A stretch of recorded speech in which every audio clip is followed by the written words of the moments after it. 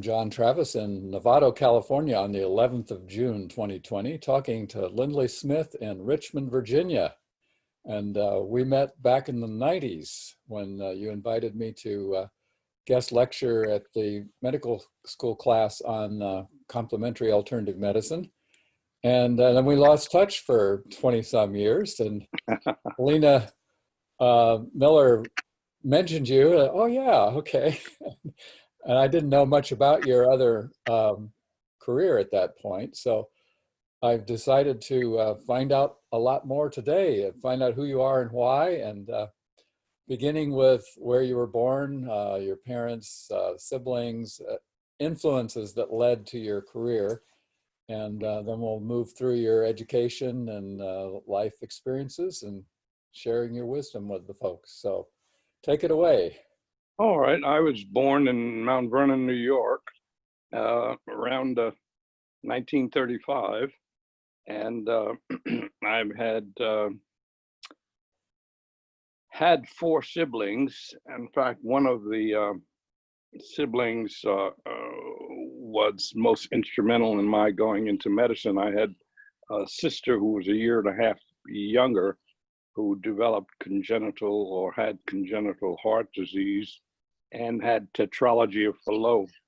So Wow. I decided when I was 2 or 3 that I wanted to be a cardiac surgeon in order to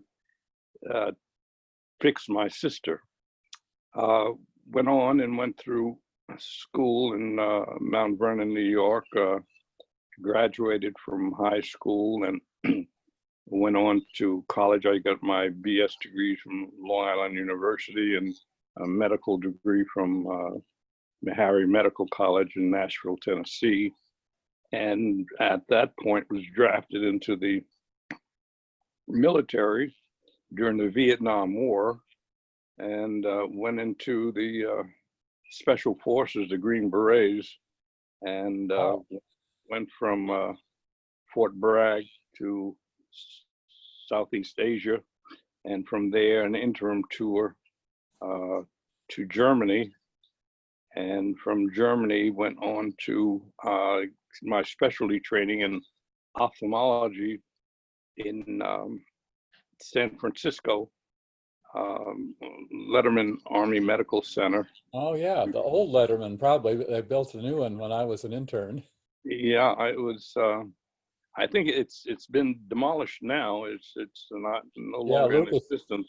Lucasfilms did. I thought they converted it, but maybe they demolished it. They built one No, in the 70s. I have been out there recently, and it's been demolished. And that whole area of the Presidio is a beautiful area, and but it's no longer military. I think it's privately owned now. Right. And from there, I went to Fort Rucker, became a flight surgeon, and from there migrated to Richmond to practice medicine. I got started, well, to get back to my initial introduction or desire to go into medicine.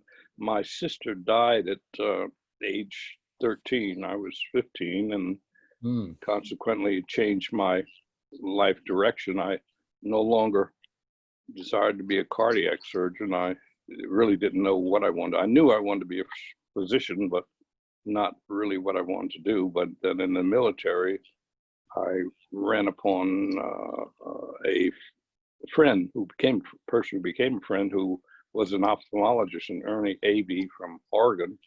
And I went into ophthalmology instead of cardiac surgery. And the ophthalmology actually was the lead into my integrative medicine, because we were seeing patients with very, very interesting and bizarre diseases. And my question was, now that we've gotten the diagnosis, what can we do for the patient? He said, well, we can't do anything for the patient, but we just know what it is now. So that was not Big help. yeah, that was not very interesting thing to go on. But so I uh, was driving around in San Francisco during that time, and I ran into or heard on the radio uh, a report or a conversation interview of Andrew Weil. Uh-huh. So I became interested in Andy's philosophy and medicine, and I went to Tucson, Arizona, in 2 summers consecutively, and became interested in his integrative medicine fellowship, and embarked upon that after around 2000. Yeah, and during that time, prior to that time, I was appointed to the board at VCU by the governor, and I was involved with the Medical College of Virginia and the university, and I was very interested in getting an integrative medicine uh, department or section into the curriculum. That's when I started the integrative medicine fellowship or elective that you were invited to. So after the elective, I was interested in, after having finished the fellowship with Andy Weil, in setting up a section at the medical college in order to facilitate or potentiate the integrative medicine portion. However, after I completed in 2002, I developed prostate cancer, and I had to sort of give up things for a while, and I came through it all right. As you see, I'm still breathing, and everything is, I've been completely devoid of any cancer since 2010, actually, because I had radiation in 2010. So that brings you up to date, and I have still had an interest in integrative medicine, and I'm still practicing it along with ophthalmology on an appointment basis. But I did not go back into the full time, because when I finished or came back on board with my after I have successfully gone through the therapy for the cancer, all of my allies at the university and were gone. The dean, the president, and the chairman of the medical school and department of medicine no longer were there, who were actually on my side in terms of getting this facilitated. So the Virginia and Richmond have been very conservative in the aspects of medicine. So that was something that didn't happen right away. However, now I think they're getting more into it, but this is about 20 years later. Mm-hmm. Well, I'd like to go back more to your earlier days too, because you're fairly unique in this arena of, and particularly right now, and for viewers who may not be aware, historically, there's been a huge social movement, the rebirth of Black Lives Matter, and demonstrations for 2 weeks, and major outbursts all over the U.S. And you growing up in is it upstate New York? I'm not even sure. No, Mount Vernon is about 42 miles from Broadway or Times Square. So it's right on the Bronx border. Okay. Bronx, Yonkers, New Rochelle, that surrounds Mount Vernon. So I'm curious what your early experiences were like being in that era. Let's see, you're 8 years older than me, so or somewhere around there. Yeah. How and what was your neighborhood like? What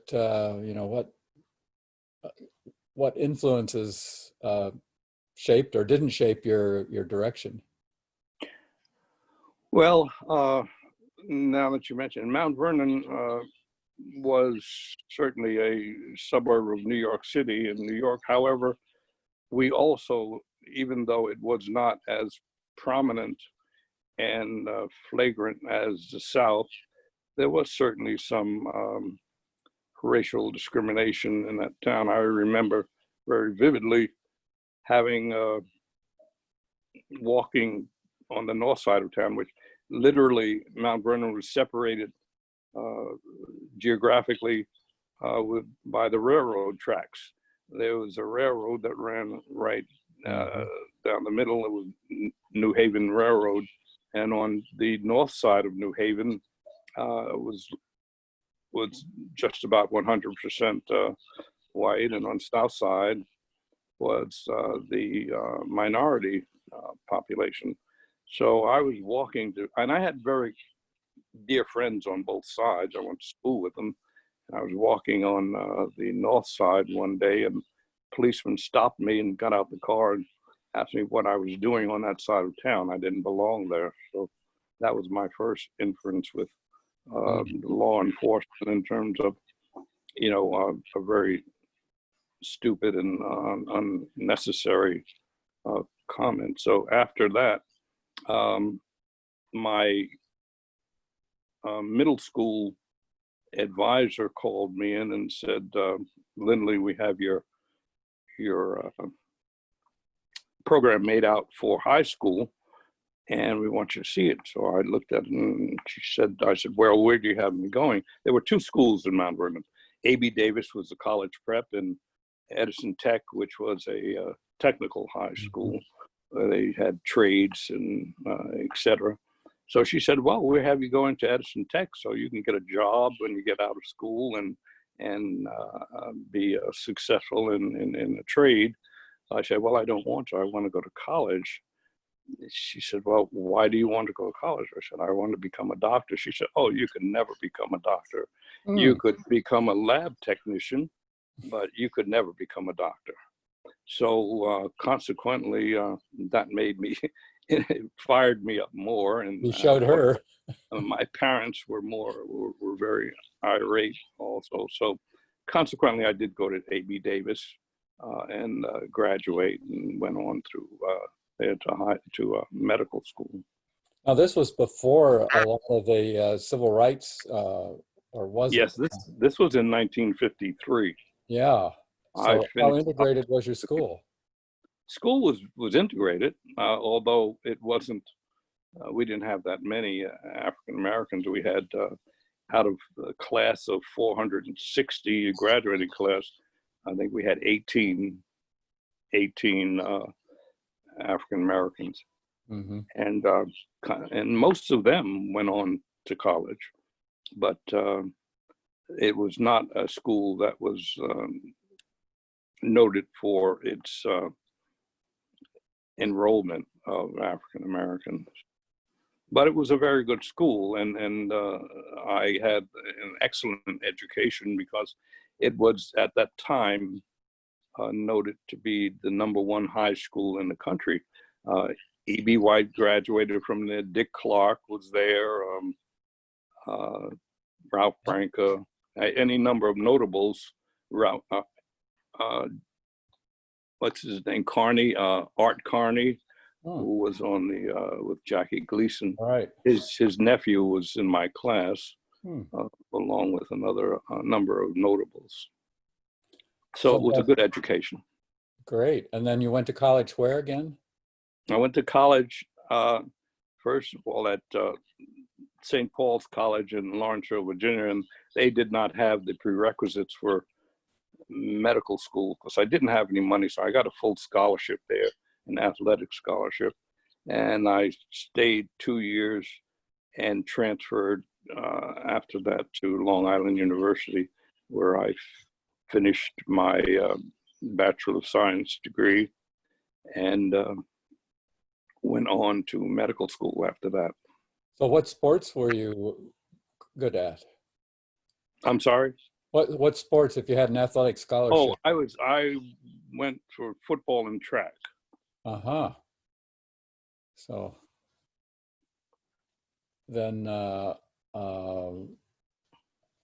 you've moved to, well, you said that was in Virginia, That was in Lawrenceville, Virginia.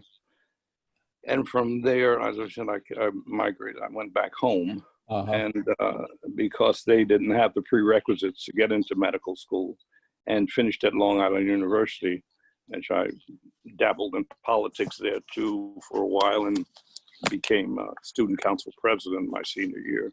Oh, congratulations. Thank you.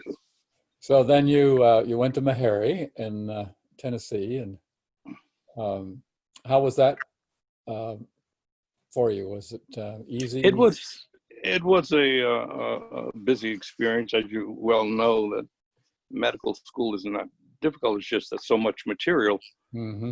having to be absorbed in a short period of time. We went only at that time. We only went from September to May, so we had the summer off, which didn't allow us to gain more medical knowledge. Although I did do some externships in my second and third years, but it was limited for the amount of knowledge that we had to absorb.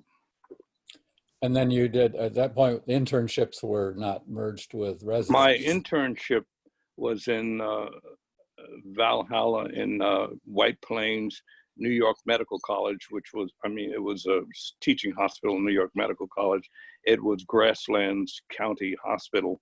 I went there because it was a good place, and also my mother had developed terminal cancer in 1965, and I I graduated in 66, and after graduating, I went on to my internship so I could be with her during her final days. So she died when I was in the military in 1968. So you did the military, and then you went back and did your residency in That's correct. That's correct. UCSF? I was just a general medical officer when I was drafted into the military. And now, as a Green Beret, were you like on the front lines with? Yes, we had actually the Green Berets were structured that you have an A, B, C teams. The A team is the operative team, which are composed of 12 men who are cross-trained in medicine, heavy weapons, signal corps, any number of things, disciplines. Each member of the 12-man team is disciplined in two areas. Like the signal man may also be a medic, and the medic may also be a heavy weapons expert or demolitions expert, so that the team can be divided into six. And if you divide it into six, every discipline was still there. So we weren't on the A team level because that was a active combat level.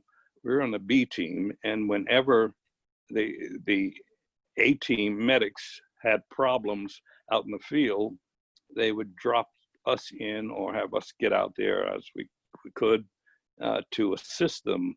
They were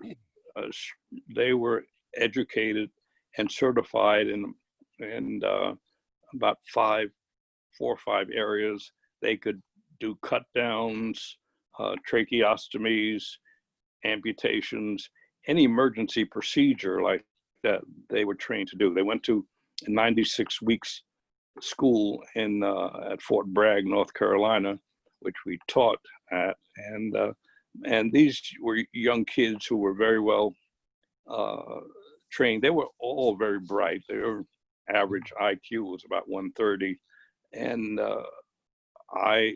all that I have ever seen during that time, I would have put my life in their hands in a combat situation. They were well motivated, and they were kids who had possibly dropped out of college or gone into the military prior to going to college, and they were very well trained. So that was the A team component. The B team was the headquarters unit, as I said, and C was farther back in the rear guard.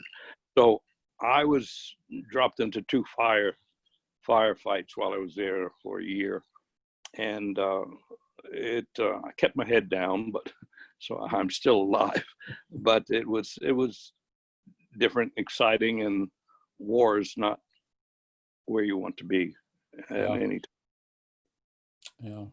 So my experience in the military was interesting. I enjoyed the time in Germany.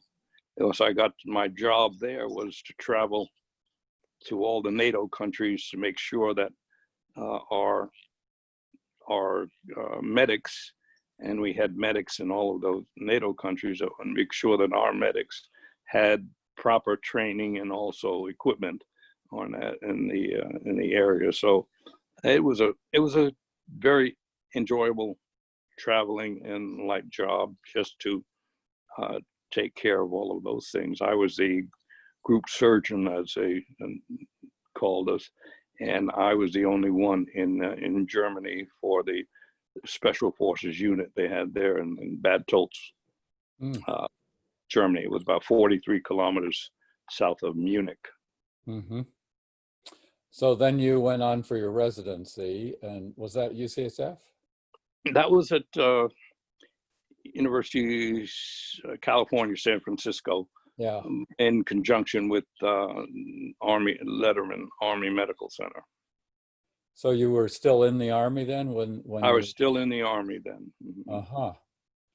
And anything outstanding to mention in your residency that how did you pick ophthalmology from surgery? Well, I really didn't know what I wanted to do when I finished medical school. I was interested in three areas. One was OBGYN, one was orthopedic surgery, and one was psychiatry. So I applied to areas. At that time, they didn't have matching programs. So you applied to where you wanted to go and what you want to do. So I applied to areas that were very at the top of the heap. I applied to Vanderbilt for orthopedic surgery, to Harvard for I think it was psychiatry, and downstate medical college for OBGYN. And I got into all of them, so that didn't help me at all. But then the Army came along and said, we'll decide for you, and they drafted me. So I was drafted right after my internship. And after I spent, you spend 2 years in draft. So after my second year, I extended to go to Europe. And during that time, I decided I was having a wonderful time in Europe and travel and enjoying myself. But I decided I had spent so much money and time and effort in going to medical school. I figured I needed to get back to the United States and start practicing some medicine. So I applied. A notice came along and said, we have these residencies available. And I saw that one. I'd always wanted to go to San Francisco, and I saw that one was in San Francisco at Letterman Army Medical Center with ophthalmology, and I had met an Air Force active duty physician who was an ophthalmologist who had been trained there, and we became fast friends. And so I went into ophthalmology. It was a good profession. It was equally intense in the intellectual aspect and also the physical aspect. I had good hands. I like to use my hands, and I also want to have a mental challenge. So ophthalmology sort of filled the bill in that arena. Now, what years were you there at Letterman? I was there from 1970 to 1973. Interesting, because I was at the Public Health Service Hospital on the south side of the Presidio from 69 to 70 as an intern. So we might have Oh, crossed good. paths. I actually went over to Letterman. And being a public health service, we could use the Mhm. PX and the Officers Club, beautiful Officers Club on the Presidio that you can see the dining room from the freeway. Yes. That was interesting. So then you went into practice after Well, when I graduation? let no, I had to pay the Army back 1 year, which was not bad Hmm. for the training. I had to give them back a year. I was went to assigned to Fort Rucker, which is the Army Aviation Center, and I was to go there to teach ophthalmology while also obtaining a flight surgeon's uh, diploma. So I became a flight surgeon and taught ophthalmology in at Fort Rucker. Where's that? I've heard of it, That's but in that's in Alabama. okay. It's in what is it? Montgomery? Just outside of Dothan, Alabama. I don't even know where that is. And I married an South, Alabamian. south of Montgomery, Okay, about 100 yeah. miles south of Montgomery. Uh-huh. And Fort Rucker was out in the middle of the woods, nowhere.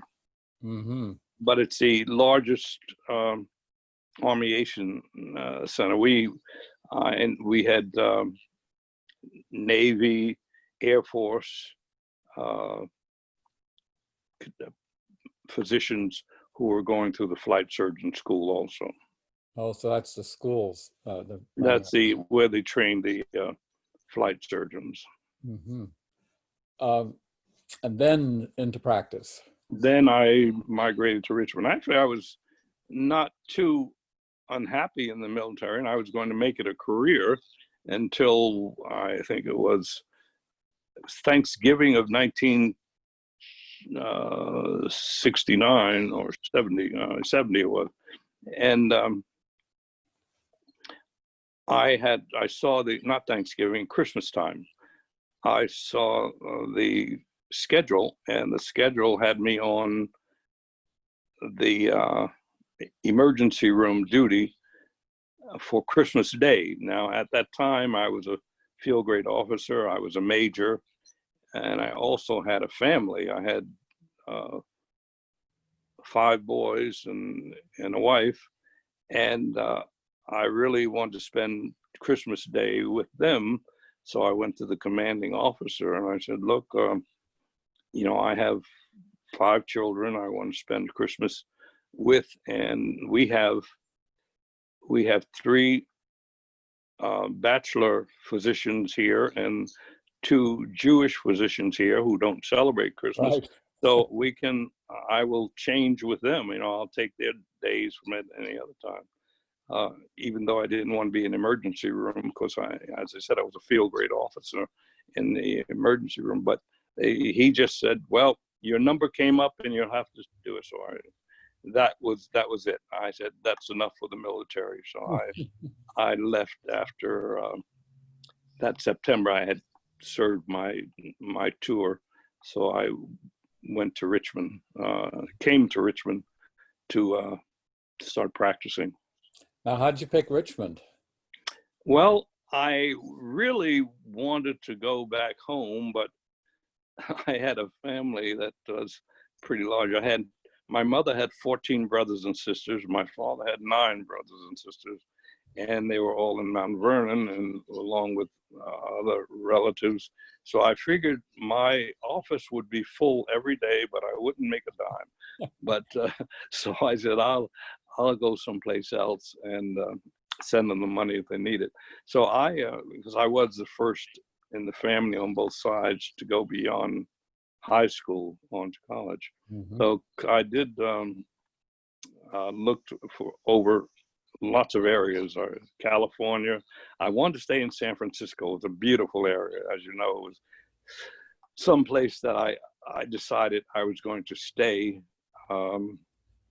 when I first arrived. But then I went away on for our basic sciences. We didn't have the basic sciences at Letterman. So they shipped us off to Harvard, which was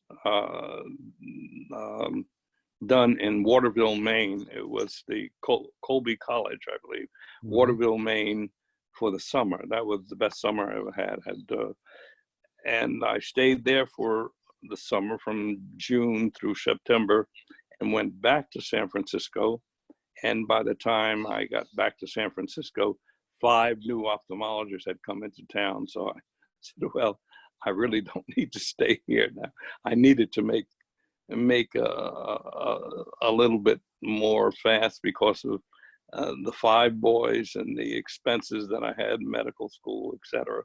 So I needed to make money rapidly.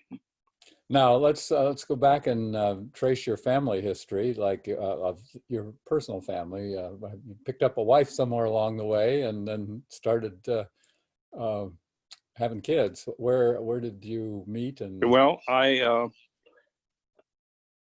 as I said, I had a very large family in Mount Vernon, and I met my wife on a blind date. That was the year before I went to medical school, and we were married and went on to medical school. She was a physical therapist, trained at Columbia, and during my medical school tenure, she was employed by the college, by the orthopedic surgery department at Nashville.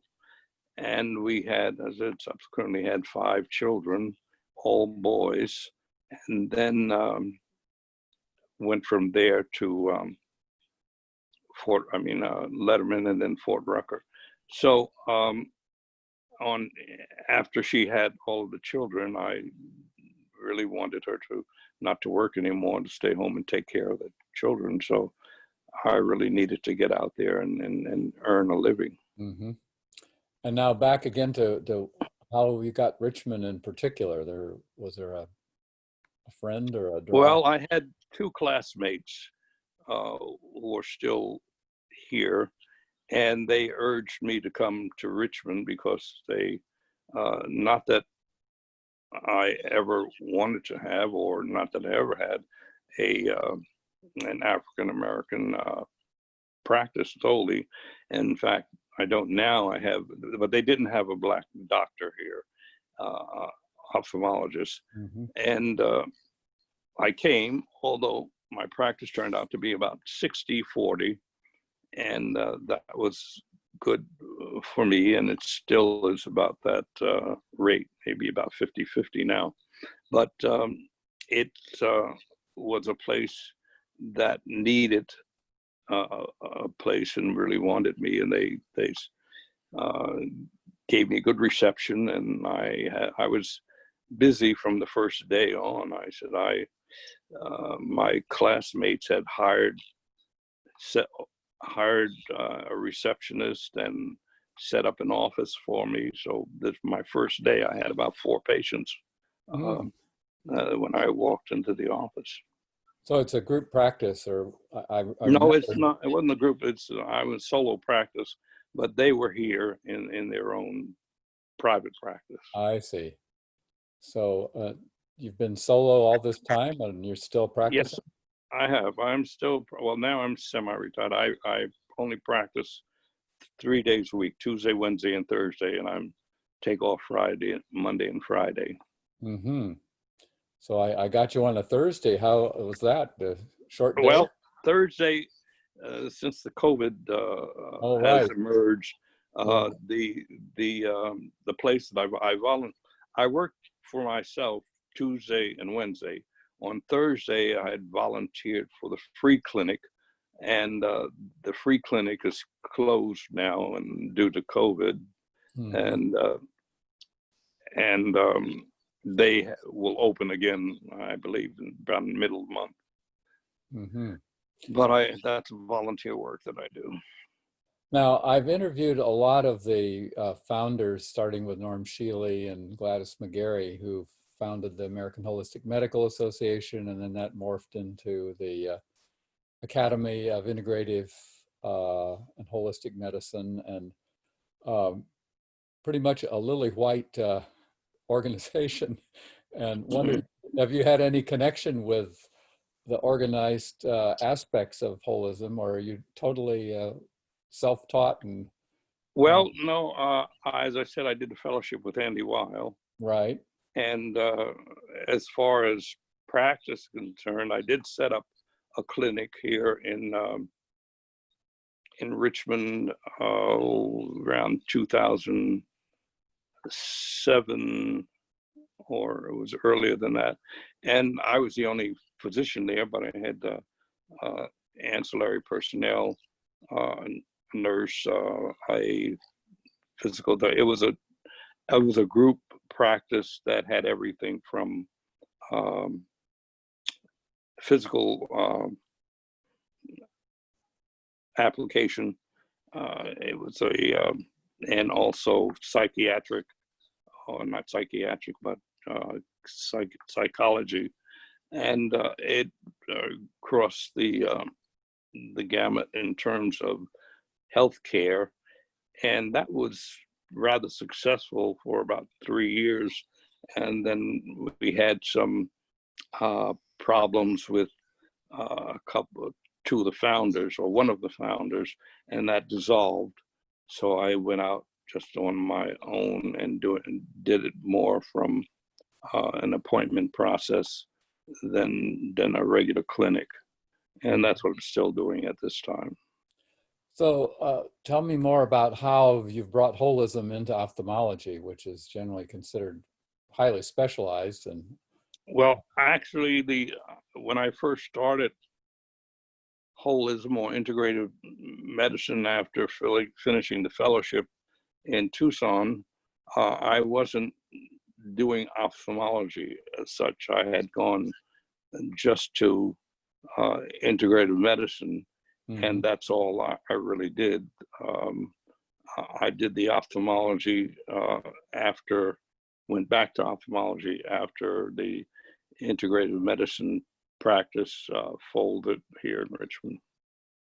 Oh, I see. So you actually had a discontinuity in the specialty Yes. part. And I'm curious because I have several friends who were at Andy's fellowship. Pam McDonald, that I helped edit her Perfect Gene book, and then of course David Rakel was there early on, and he encouraged me with the number of university medical schools that are actually picking up their ball with integrative medicine. I was afraid it was dying out, but he said there's 70 some programs, and maybe. Oh yes, it has been mounting since I was there. I was in the first distance fellowship program that Andy Weil offered. It was, they had an on-site residential program, which they had, I think, 6 residents. And the year after that, they introduced the online fellowship program, which I was in the first class there. And we went to Tucson and stayed. We had about 8 visits to Tucson, and otherwise we were back in our home area, and we did most of it online. But we went there about 8 times during that year or 2 years. And they still have the residential program, but they have increased the distance program, which was online for quite a bit now. I think they've graduated over 600-700 physicians now, and now they've also increased with nurses and other ancillary personnel. Right. Yeah, Pam's a nurse practitioner that I first learned about it from. So the whole you first heard Andy being interviewed on the radio, and that yes, piqued your he interest? was being interviewed on the radio, and I what caught my ear was that, and also he had he said, as I was driving along, he said, I've got to really cut this short because my daughter's birthday is tomorrow, which was my birthday. His daughter was born on the same day that I was, so that piqued my interest too. Uh-huh. And that was how many That, years before? that was back in 1973, 74. Oh, okay. So it was quite some time then before you actually did the fellowship. But Yeah. in between there, what? And then between that time, I was going to Canyon Ranch where he had the Mm-hmm. program. I was going to Canyon Ranch about every summer for a couple of weeks and went through the little, they had some mini programs there every summer. What, for physicians? Yeah. Mm-hmm. I didn't know that. They were all physicians there. And the Oh. first fellowship, the distance fellowships were all physicians too. They opened it up to nurses and other practitioners. Oh, that was by recently, I mean, in the last 10 years. Mm-hmm. But now, was the Canyon Ranch program, was Andy running that, or was that separate? Andy was running that. Yes. Oh, okay. So, um, what, um, there's a lot of years in there between when you first heard him and uh, how did holism show up in your practice, and how did you start the program at the medical school, and what was Well, that? I started that because as I said, I had been very interested in that all the time. And when I was appointed to the board of visitors um, at the medical college, well, at the university by the governor, I took that opportunity to start introducing the elective of integrative medicine at that time. And that And was early 90s. that was early 90s. Mm-hmm. So what that's quite something to put together a course and get it approved at a medical college. It must have taken some prep work. Well, it did take prep work, but also, when you're on the board of visitors and you've been appointed by the governor, you have the collectively have the ability to hire and fire presidents and to do all Oh, of those things. So they sort of listened to me since I was on the board. I don't think, had I not been on the board, I don't think they would have been. I would have had too much of a success in getting that done. and what was the reception like from other professors in the medical school? And Was it at that time? It wasn't very helpful. There was a few of them. I think there was an anesthesiologist and one other faculty member who applauded it, but everyone else was this was sort of frou-frou medicine, and it was not really accepted. And of course, the Virginia area had been, until recently, had been very, very conservative in terms of medicine on other things too, but they embraced it just recently. But at the time I was doing it, I had allies, as I said, the president, the dean of the medical college, and the chairman of the chairman of the medical department. So with those three on my side, I could get things in and do them, and it was good. I didn't have much of a budget, but all of my speakers, such as was it Dr. Siegel, Bernie Siegel. oh, Bernie was there. Uh-huh. Bernie was there. Um, Jim Gordon from Washington. Yeah. Um, Interviewed both of all, them. all of the, at that time, they were all very cooperative in trying to get this started and off the ground. So I had a number of notables who came to speak to us, and we had the students, I had a maximum of 20 in the class, and they went through everything they had to experience, or if they wish to. They experienced acupuncture, massage, all of the modalities of integrated medicine they had to go through and also take a part of. So it was well done. They enjoyed it. I had a number of exit interviews where it said that they were very happy they took this, and a number of them are still practicing here in town. So it was a successful program. Now, in those days, integrative hadn't come on the scene. I think Andy might have started using it, but it was still pretty Yeah, no, it was still called complementary complementary alternative medicine. And so how long did the program run that you were? It ran about 5 years. Uh-huh. And I'm curious how you found me, an unknown, over in Charlottesville at that point. I was sort of out of the blue that I got this invitation, but I don't know, Jack. I don't remember exactly how it came across, but I knew there were a number of people in Charlottesville who had preceded me in terms of having their ideas. They weren't in medical college, or they weren't in any learning institutions, but they were actively practicing or interested in that area. And I think that I had been put in touch with these individuals by other parties. And I'm not sure how I got into you. Who was, let me see. There was someone, did you practice in Charlottesville at one time? No, I had my wellness center in California. No, I know who it was. Elliot Dasher. Oh, Elliot. Okay. Elliot was also one of my, his daughters were going to VCU. Oh.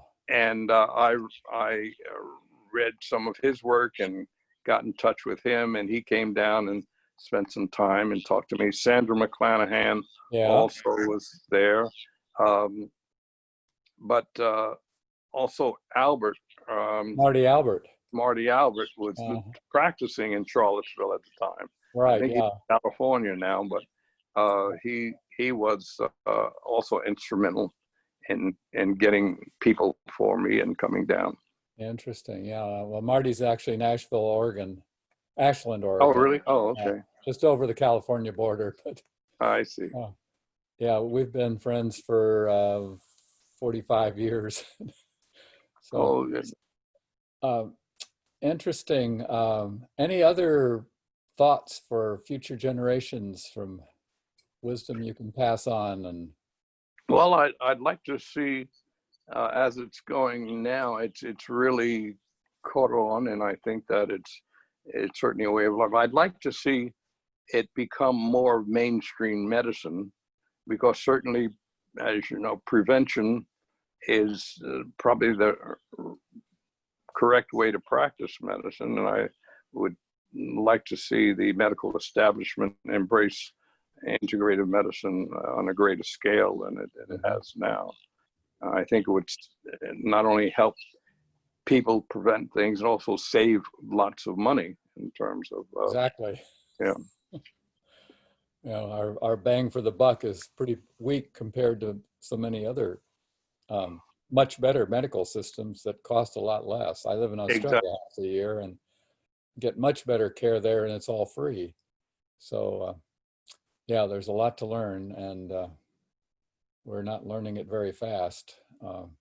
I hope this pandemic, by revealing the severe cracks in the system and how many people are left out, may motivate some change. And you know, Bernie was talking about Medicare for all, and I think